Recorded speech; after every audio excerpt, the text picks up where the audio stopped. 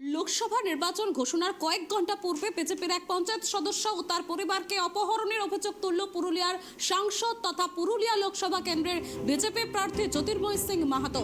শুক্রবার গভীর রাত থেকে জানিয়ে পুরুলিয়ার রাজনীতিতে নাটকীয় মোড় নিল। সাংসদের দাবি, পুরা ব্লক এলাকায় কালাবনি পঞ্চায়েতে বিজেপি সদস্য আলপনা রায় ও তার পরিবারের সদস্যদের তৃণমূলের দুষ্কৃতীরা বাড়ি থেকে অপহরণের চেষ্টা করে, যদিও তারা রাতের অন্ধকারে পালিয়ে যান।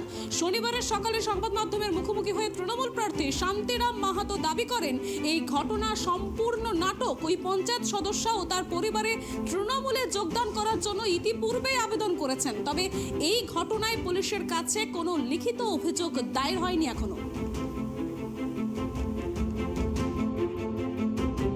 গত পরশু রাত্রিবেলা তৃণমূলের গুন্ডা বাহিনী থ্রেট দেয় এবং তাকে বলে তৃণমূল কংগ্রেস জয়েন না করলে আমরা তুলে নিয়ে যাব।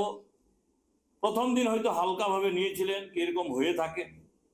গত রাত কালকে যখন আবার তারা অনুভব করেন, বুঝতে পারেন তৃণমূলের গুন্ডারা তার বাড়িতে রাত্রিবেলা হামলা করবে, তাকে তুলে নিয়ে যাবে, এইরকম তাদের মধ্যে আভাস আসে। তার হাজবেন্ড ডাক্তার রায় আমাদের প্রধান সাহেবকে ফোন করেন। তারপরে এরা সুযোগ বুঝে রাত্রিবেলা বাড়ির থেকে বেরিয়ে পড়ে। ওরা তখন বুঝতে পারে কি রাত্রি বাড়ির থেকে বেরিয়ে পড়েছে, ওরা ধাওয়া করে পিছনে পিছনে।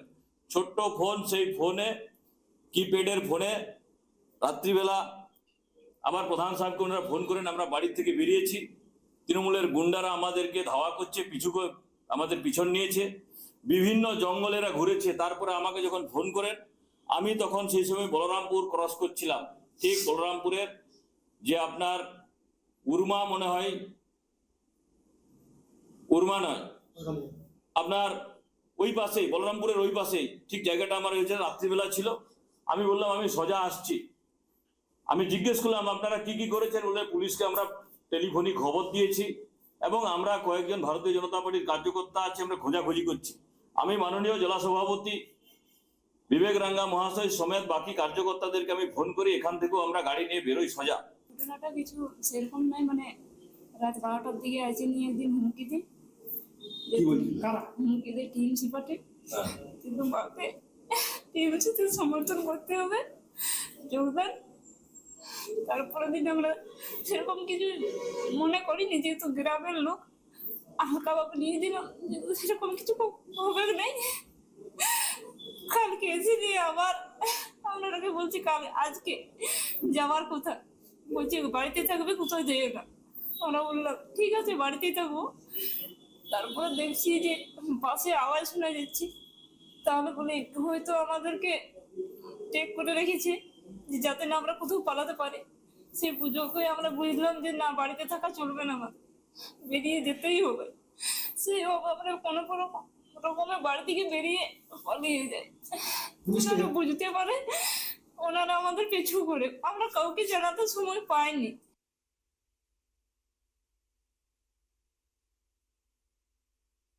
এখানকার সাংসদ জ্যোতির্ময় মাহাতো তিনি যে কথা বলছেন তার কোন রকম কোনো ভিত্তি নেই। আর যে পঞ্চায়েত সদস্যার কথা বলা হচ্ছে, সেই পঞ্চায়েত সদস্য এবং তার পরিবার আমাদের ওখানকার নেতৃত্বকে আবেদন করেছিল যে আমরা স্বেচ্ছায় তৃণমূল কংগ্রেসে যোগদান করতে চাই। সেই পরিপ্রেক্ষিতে স্বেচ্ছায় তৃণমূল কংগ্রেসে যোগদান করতে চায় এবং ওরা যোগদান করব। এরা ওইটাকে নাটক করার জন্য এরা সেখানে গিয়ে ওদেরকে চাপ দিয়ে তাকে ধরে রাখার একটা অপচেষ্টা তারা চালাচ্ছে। এইটাই ঘটনা।